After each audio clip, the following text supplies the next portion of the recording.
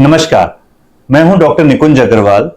मैं principal consultant और unit head max super speciality अस्पताल में हूं और मैं एक रोबोटिक जॉइंट रिप्लेसमेंट सर्जन हूं और स्पोर्ट्स इंजरी स्पेशलिस्ट हूं। आज हम जानेंगे कि ऑस्टियोआर्थराइटिस या गठिया रोग क्या होता है, उसके क्या क्या इलाज होते हैं और आजकल जो हम रोबोटिक जॉइंट रिप्लेसमेंट की बात सुन रहे हैं वो क्या पद्धति है, रोबोटिक जॉइंट रिप्लेसमेंट क्या होता है, क्या रोबोट सर्जरी करता है। ये सारे प्रश्न हम सब लोगों के मन में रहते हैं और आज हम इस माध्यम के जरिए हम इन सब के आंसर्स और जो उत्तर हैं उन देने की कोशिश करेंगे।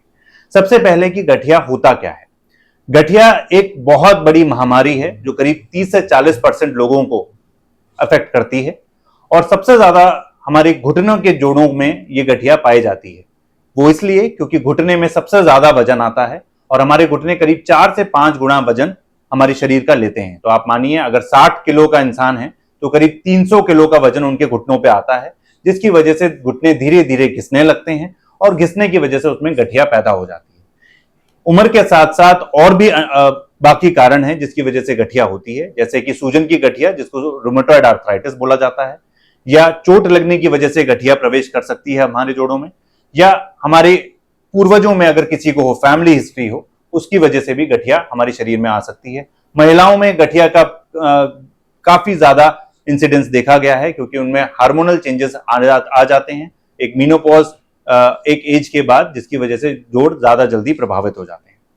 अब गठिया में होता क्या है, जैसे हम अगर इसकी बात करें, यह हमारा घुटने का जोड़ है जिसमें यह जांघ की हड्डी और यह पैर की हड्डी, इन दोनों के एंड्स पे एक परत चढ़ी होती है, सफेद रंग की परत होती है जिसको कार्टिलेज बोला जाता है। और युवावस्था में यह कार्टिलेज बिल्कुल स्मूथ होती है, एकदम चिकनी होती है और एक तरीके का शॉक एब्जॉर्बर का काम करती है। कभी भी हम कोई कूदते हैं या कोई भी प्रेशर आता है तो ये शॉक को एब्जॉर्ब कर लेती है। जैसे जैसे उम्र बढ़ती जाती है या अगर हमारी फैमिली हिस्ट्री है, उसकी वजह से इस कार्टिलेज में जो नॉर्मली बहुत चिकनाई होती है जिसमें इसमें दरारें पड़नी शुरू हो जाती हैं और जैसे आप देख पा रहे हैं इन दरारों की वजह से मरीज को दर्द का अनुभव होना या सूजन आना या चलने में तकलीफ आना ये शुरू हो जाता है। ये आमतौर पे 50-55 साल की उम्र पे शुरू होता है। अगर किसी को घुटने की समस्या पहले से रही है या घुटने में कोई चोट रही है या फ्रैक्चर हुआ है तब ये समस्या और पहले भी आ सकती है। हमने देखा गया है कि करीब 30-35 साल के इंसान में भी गठिया प्रवेश कर सकती है। जैसे जैसे ये गठिया एक बार प्रवेश कर जाती है तब ये धीरे धीरे उम्र के साथ साथ और ज्यादा बढ़ती जाती है। जैसे आप देखेंगे धीरे धीरे वो जो चिकनाहट, जो सफेद रंग का पोर्शन है वो और कम होता जा रहा है, अंदर गड्ढे पड़ते चले गए हैं और गड्ढे पड़ने की वजह से अंदर सूजन और दर्द का अनुभव और ज्यादा हो जाता है। मरीज के लिए थोड़ा बहुत चलना, रोजमर्रा के काम करना, बाथरूम टॉयलेट जाना भी दूभर हो जाता है। इतना मुश्किल हो जाता है कि वो अपने काम भी करना मुश्किल हो जाता है। धीरे धीरे ये घुटना टेढ़ा होने लगता है, एक तरफ से घुटने की का गैप कम होने लगता है, हड्डी हड्डी से टकराने लगती है, जिसकी वजह से ये परेशानी और ज्यादा बढ़ती जाती है। अब इसमें क्या कराना चाहिए?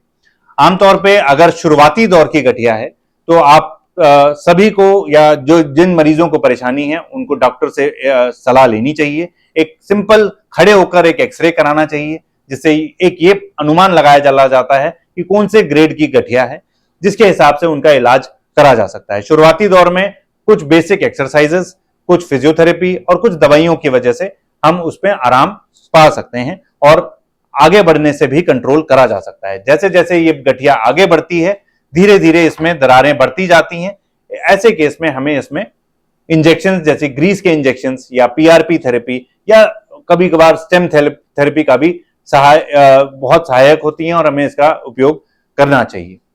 जब बहुत सिवियर स्टेज में चली जाती हैं, घुटना बिल्कुल टेढ़ा हो चुका होता है, दर्द इतना ज्यादा होता है कि आप 10 कदम चलने में भी बहुत ज्यादा दिक्कत होती है, दर्द की गोली रोज खानी पड़ रही है, ऐसे केस में ना दवाइयां, ना एक्सरसाइज, ना इंजेक्शन कोई भी लाभदायक नहीं होते हैं। ऐसे केस में हमें ये जो खराब परत है, जो कार्टिलेज घिस चुकी है, इसको हमें जड़ से निकालना जरूरी है और इसके ऊपर एक कैप लगानी जरूरी है जिसको आम भाषा में जोड़ प्रत्यारोपण या नी रिप्लेसमेंट बोला जाता है।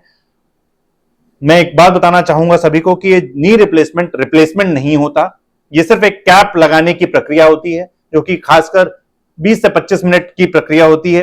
छोटा सा प्रोसीजर है बहुत दर्द का एहसास बिल्कुल नहीं होता और आजकल किसी भी एक सामान्य सर्जरी जैसी एक ये प्रक्रिया होती है। और इसके लगाने के बाद, ये कैप लगने के बाद हमारे एक जांग की हड्डी में कैप लग जाती है, एक पैर की हड्डी में कैप लग के और बीच में एक बैलेंस आ जाता है और अलाइनमेंट और बैलेंस बिल्कुल ठीक होने की वजह से जो पहले का दर्द है वो बिल्कुल जड़ से खत्म हो जाता है। मरीज बहुत कंफर्टेबल महसूस करने लगता है, अगले दिन से चलना फिरना शुरू कर देता है और अपने सारे काम धीरे धीरे करके अपने सारे काम करने में बहुत तरीके से सक्षम हो जाता है।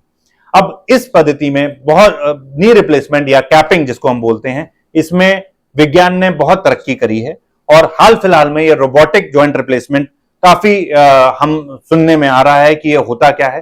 रोबोटिक जॉइंट रिप्लेसमेंट एक लेटेस्ट टेक्नोलॉजी है, एक नया एडवांसमेंट है हमारे इस जोड़ प्रत्यारोपण के विभाग में, जिसमें जो अलाइनमेंट है, जो घुटने का अलाइनमेंट है और घुटने की जो बैलेंसिंग है, जैसे कि आप देखें पूरे घुटने का जो अलाइनमेंट कितना सीधा आना है और कितने अच्छे से बैलेंसिंग होगी दोनों घुटने की, ये एक रोबोट द्वारा मापी जाती है।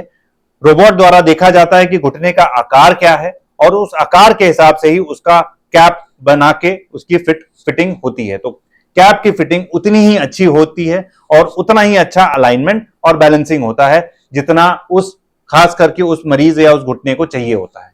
तो ये बहुत ही कस्टमाइज सर्जरी है जो हम रोबोट के जरिए करते हैं और इस रोबोट इसको सिर्फ प्लानिंग में मदद करता है, सुपरवाइज हम सर्जन के द्वारा ही होता है। तो ये एक बहुत जरूरी है हम सबको जानकारी से समझना कि रोबोटिक जॉइंट रिप्लेसमेंट बहुत सेफ है, बहुत ज्यादा सहायक है और हम लोगों को डरना नहीं चाहिए इस नई पद्धति से और इसका ज्यादा से ज्यादा लाभ उठाना चाहिए। धन्यवाद।